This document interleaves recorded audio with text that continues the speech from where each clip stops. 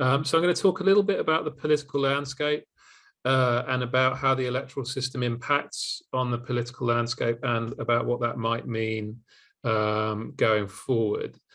So first of all, a little bit of a primer on the sources of electoral system effects in Britain. This may be familiar to many in this particular audience, but just as a kind of revision slide, so to speak, as I would say to my students, the four main sources of impact from the first past the post electoral system are, firstly, constituency size variation. The population in Britain moves over time and constituencies are only updated occasionally. So the ones that the last election was fought on were actually updated, I think, in 2010 based on data from 2005. So they were 14 years out of date. In general, that has tended to benefit the Labour Party because the seats that Labour traditionally held tended to grow more slowly or even shrink, while Conservative held seats, particularly in the south of England and suburbia, tended to grow faster. As I come on to that isn't necessarily the case anymore. There are also statutory effects. So Wales has had a lot more seats than it should do based on population, although that's going to change after the next round of seat changes, and Scotland used to as well. In fact, I think it is still actually slightly more represented than it should be on a population basis. And there are also, you know, the usual exemptions for unusual places. So the Isle of Wight has an enormous seat because they don't want to be split up, and the Western Isles has a very small electorate because they're the Western Isles and they're kind of a unique geographical unit. There's a few other island seats like that. The second issue is differential turnout patterns. Turnout tends to be lower in Labour seats, and especially so in safe Labour seats, which means that fewer votes get cast on average electing Labour MPs from safe Labour seats than get cast electing Conservative MPs from safe Conservative seats. Third factor is third-party vote patterns. And this very much depends on how third parties do. So if third parties do well but don't win, that increases the bias of the system towards the party that beats them. So for example, the Conservatives beat the Liberal Democrats, often quite narrowly, in a number of seats in the south of England. That increases the bias towards the Conservatives and against the Liberal Democrats. But where third parties win, that increases the bias against the big party that they defeat. So in Scotland, there's a bias towards the SNP and against the various parties that come second to the SNP.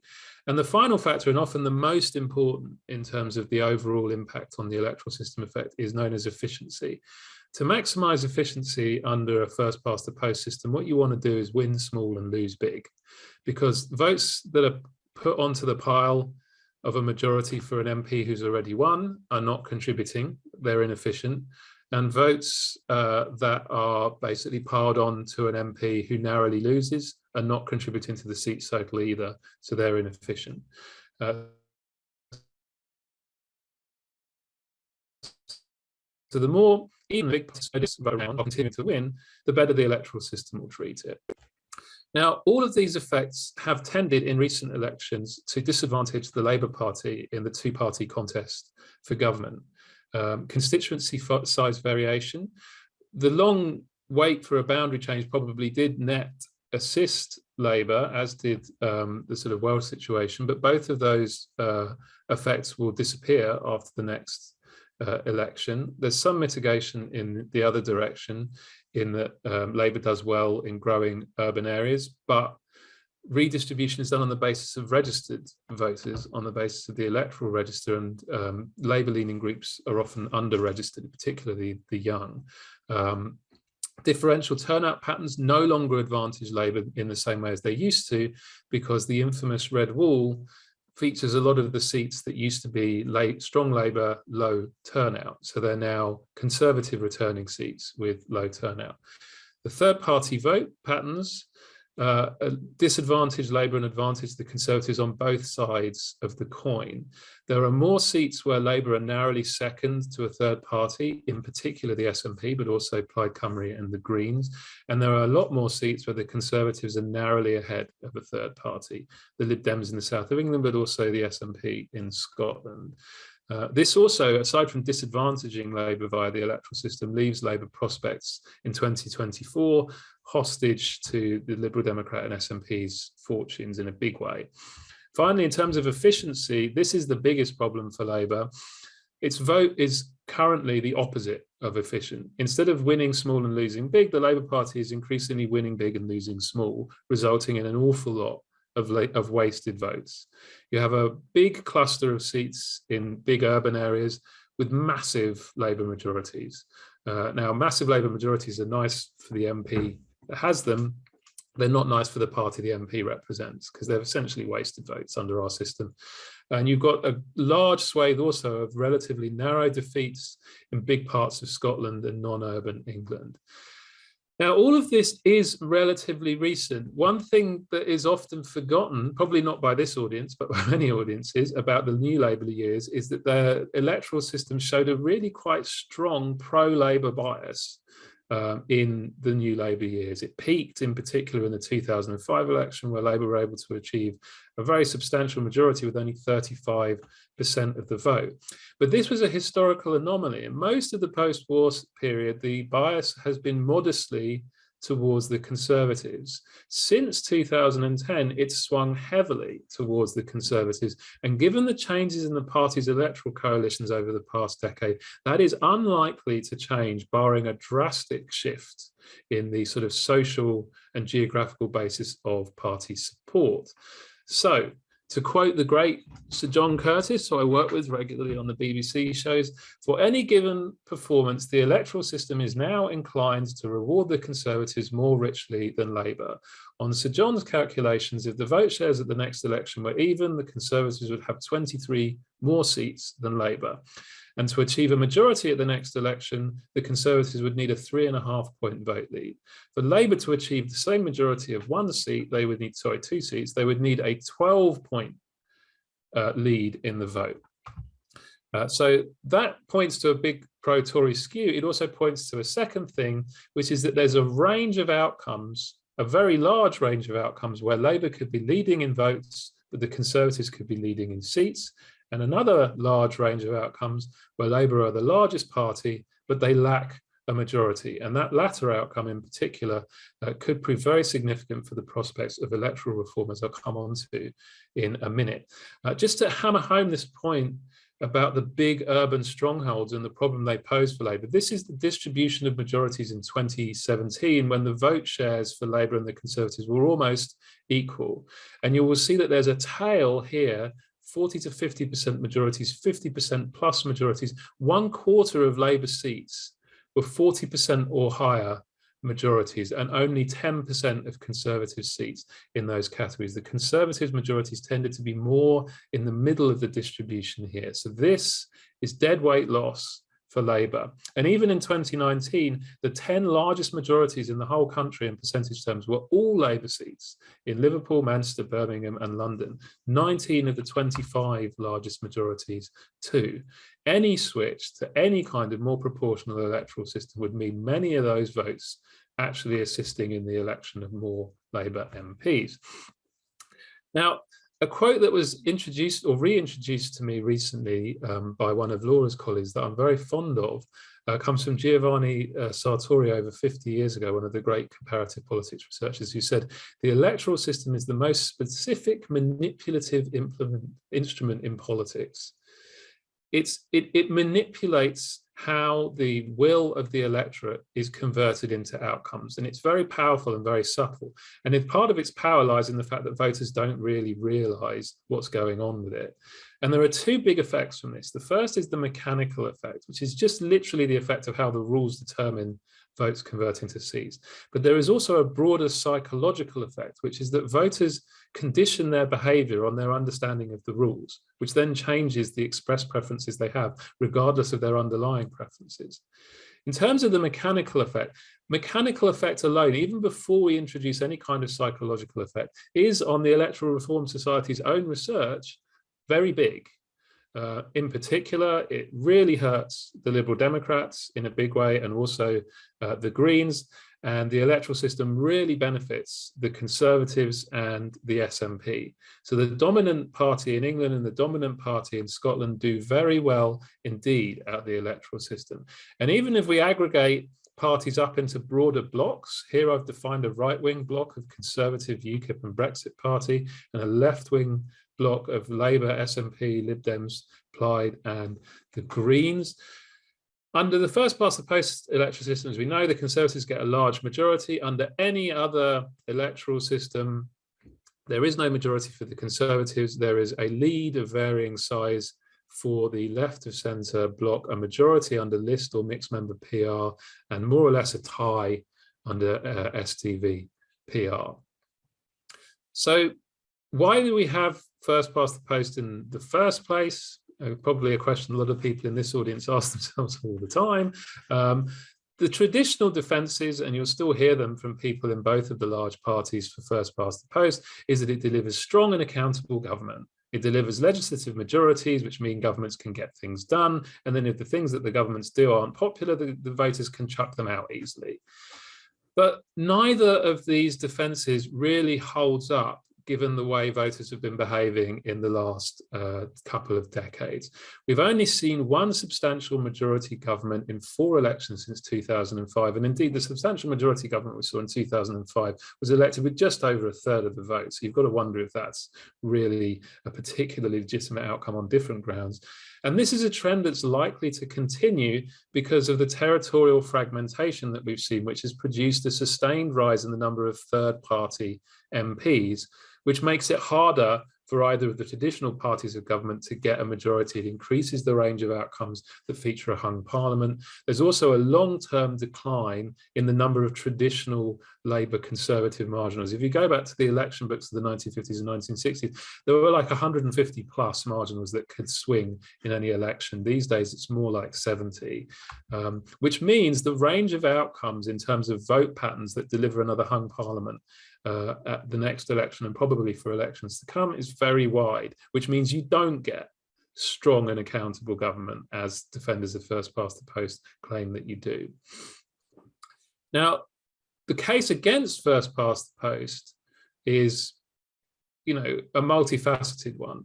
The first points are to do with the effects that it has on how democracy operates. With most constituencies being safe, most voters do not get a meaningful choice and can be safely ignored or forgotten by the political parties contesting the campaign, resulting in a campaign that's fought in a minority of marginal seats, whose voters have disproportionate political influence. Thus, for example, as you'll all be wearily familiar with, all the media coverage over the last couple of years focuses endlessly and relentlessly on what the voters of the Red Wall think. Will the voters of the Red Wall care about X? How will the voters of the Red Wall react to policy X? What should we do to appeal to the voters of the Red Wall at the next election? And so on ad nauseam. Aside from being cephalogically ignorant, because the voters of the Red Wall are not dramatically different to voters elsewhere, this is further reinforcing the sense of detachment that voters in safe seats feel, because they're constantly told over and over again that, frankly, what they think doesn't really matter. And ironically enough, the disaffection that the voters in the Red Wall have is partly because they were exposed to exactly the same kind of marginalisation back when the geography was a bit different. Aside from that, there are, of course, other really important effects. First past the post raises really unfair barriers to smaller parties, which thereby denies the voters that want to support them a choice and prevents effective representation of those voters' preferences. Partly as a result, it tends to reduce turnout and engagement with the political system. Political satisfaction is lower in first past the post systems. Political disaffection is higher. At a time when populism has become a running concern everywhere, that should be a concern for all of us. It also tends to encourage more disruptive policy shifts, which comes with costs as well. There's another argument that can be made regarding first past the post, which is that it does show a pronounced and probably increasing bias towards the political right. As Jonathan Rodden has written, in every industrialized parliamentary democracy with majoritarian electoral institutions, if you average over the post-war period, the legislature has been to the right of the electorate and the cabinet has been to the right of the legislature. Now, this is caused by a combination of economic interests and geography. Under first past the post, middle-class voters who fear radical redistribution and are therefore skeptical of the left, the voters that have for many decades been influenced by the kind of Labour's tax bombshell type posters, will tend to jump into bed with the right because they see it as the lesser of two evils. Where under proportional representation, the same voters, middle-class professionals, tend to vote for their own parties. They tend to vote for liberal parties, things like the Free Democrats and so on. And those parties will then often swing between the right and the left. So the net effect is to produce more left-wing governments more often. But there's also a geography effect. Left-wing voters everywhere tend to be inefficiently distributed. That effect that we saw with Labour, it recurs everywhere. Whereas the right tends to do better in spreading its vote out, particularly in less urban areas, which enables them to win over a wider range of seats in any geographically defined electoral system. The net consequence of all of this is that countries with majoritarian electoral systems tend to have right of centre governments 2/3 of the time, even though left-wing and right-wing parties tend to receive the same average share of the vote. Now, back to the current context in Britain. Where are we? Well, the Conservatives back first past the post. They do so for self-interested reasons, as we've seen, but also for ideological reasons. They don't like change to the electoral system. They like the first past the post system. They regard it as part of the institutional tradition of the country and so on. All of the small parties back electoral reform, including the SNP, even though in the SNP's case, electoral system reform is not in their self-interest, but they've had a long-standing commitment to it ideologically. Labour are divided. Traditionally, there has been a self-interest argument for Labour too. Eventually, the wheel turns and they get to govern alone, and why should they share the goodies with anybody else? But that self-interest argument is becoming weaker because it's becoming more and more obvious to more and more people that the system is skewed against them. There's also growing ideological mobilization behind reform as a good in itself, which we saw, for example, in Laura's campaign at the 2021 conference, which we saw an awful lot of support from the Labour membership there. Now, the next election could really force this issue. It's hard for Labour to win an outright majority, but much easier for it to become the largest party, at which point it will need to govern with the consent of smaller progressive parties, for all of whom electoral reform would be a key demand. So a really critical question for the next election is going to be, how can forces within the Labour Party and outside of the Labour Party persuade the Labour Party to back electoral reform? What is the case for that? Well, as we've seen, the current system disadvantages the Labour Party. And also what we can do, because people will then tend to say, and people do say in Labour, oh, we'll just end up with really unwieldy coalitions and we can't get left-wing policy. Well, that's not true, because those unwieldy coalitions tend to be dominated by Labour-type parties of social democracy. And you tend to get more governments with social democratic prime ministers in PR countries than you do in majoritarian countries. And that's also likely to remain the case in Britain, where all of the parties that are currently penalised by first past the post are going to be more likely to align with Labour than the Conservatives. And Labour is liable to remain the largest party under any kind of proportional system for the foreseeable future. It has a large and well-entrenched historically base. There's also a strong progressive values-based argument for the Labour Party to back electoral system reform. Proportional systems align with or advance many progressive goals, and fair and equal representation of voters is itself a progressive policy. Here are some of the things that are found to be more likely to happen in countries with proportional electoral systems than in countries that don't have proportional electoral systems. This is from the very large comparative research on this thing. You get higher turnout and higher voter engagement. You get more consistent representation of voter preferences in the political system. You get greater representation of women and ethnic minorities. You get greater representation of left-wing voters, and you get lower income inequality due to greater redistribution through welfare spending, which is itself in part because you have more left-wing governments more of the time. You also get higher trade union membership and more favourable labour laws. Let's remember that the trade unions are an important part of the Labour Party coalition, and it's therefore important to emphasise in getting the Labour coalition over the line on an issue like this, that this stuff is really good for trade unions too. If we get to a situation where the Labour Party is willing to consider electoral reform, it remains likely that a referendum will be part of that process. And therefore, there is also the question of how one goes about convincing the electorate to back electoral reform. And the problem we have here is that voters tend to be in favour of the principle of a more proportional electoral system. But in practice, if you ask them, would you like us to change the voting system or keep it the same? A majority say keep it the same. They have a status quo bias that needs to be overcome. How can you overcome the status quo bias? Well, past research suggests what you need to do is engage them on a topic that isn't typically salient for them. Electoral system reform is just never a burning issue for most voters, sad to say.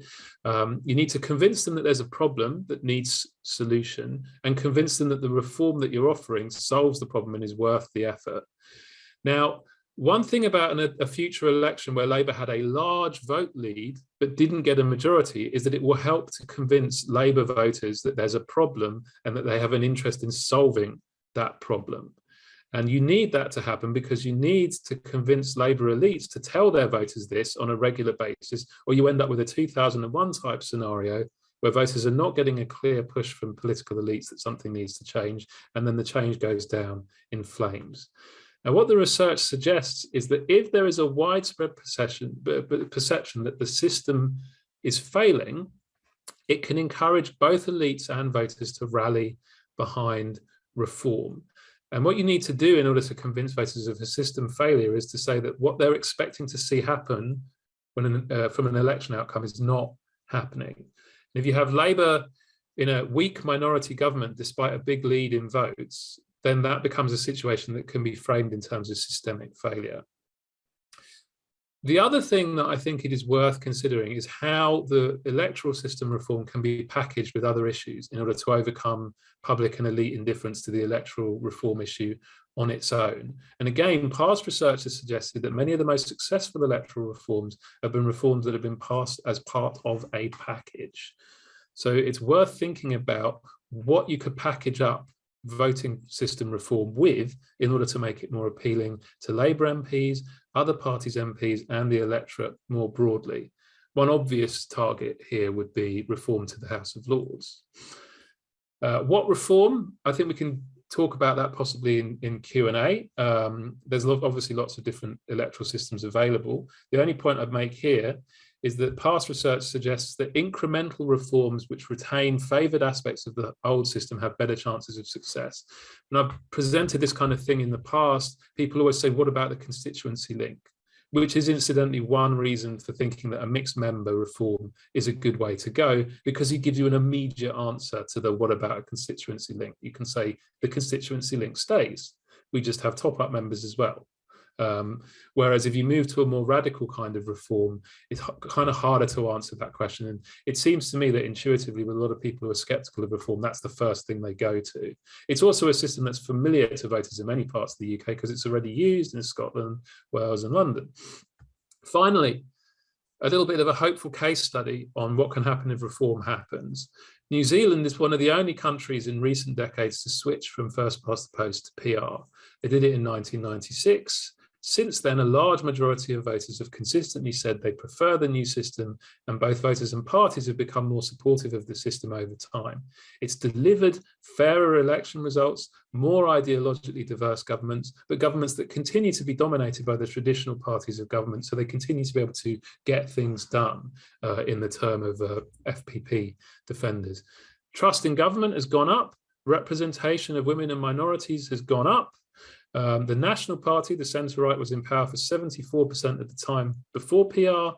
Labour has been in power for 52% of the time after PR. And Jack Vowles, who's one of the most eminent New Zealand political scientists, said in 2018 that the most important expectations of New Zealand's electoral reformers were more or less fully met by the first 2 decades under the new system. So I think the lesson from this is if reform were to be enacted, it would never be reversed, in my view.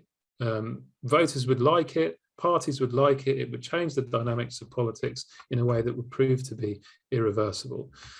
That concludes my presentation. If what I've said is interesting to you and you fancy finding a new Christmas present, here are 2 books you might want to consider for yourself or for a loved one at this time of year.